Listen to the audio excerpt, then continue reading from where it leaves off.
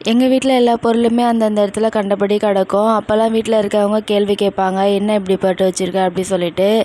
அதெல்லாம் கூட எனக்கு பெரிய விஷயமா தெரியல. ஆனால் இங்கே வந்து நான் ரூமில் ஸ்டே பண்ணியிருக்கும்போது ஒரு சின்ன சின்ன விஷயம் கூட பார்த்து பார்த்து எடுத்து வச்சிட்ருக்கேன். இங்கே ஆனால் என்னை யாருமே கேள்வி கேட்க போகிறதில்ல. ஆனால் அந்த ஒரு பொறுப்புன்றது இங்கே ஆட்டோமேட்டிக்காகவே வந்துடுது.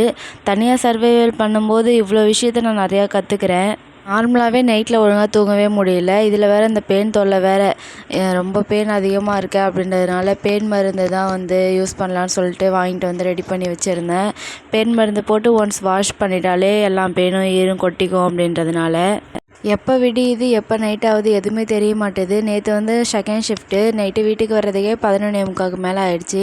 வந்தோடனே தூங்கியாச்சு. காலையில் 10:45க்கு தான் எழுந்து வந்து டீயே போட்டு குடித்தேன். மணி 11 ஆகியுமே இன்னும் எனக்கு தூக்கம் தெரியல. அதுக்குள்ளே இப்போ மதியம் செகண்ட் ஷிஃப்ட்டு கிளம்பி ஆகணும். இப்படி தான் போயிட்டுருக்கு டெய்லி ரொட்டீன் ஃபுல்லாகவே. எக்ஸ்பீரியன்ஸுமே எனக்கு நல்லா தான் இருக்குது. நான் நிறைய விஷயத்த வந்து லேர்ன் பண்ணிக்கிறேன்.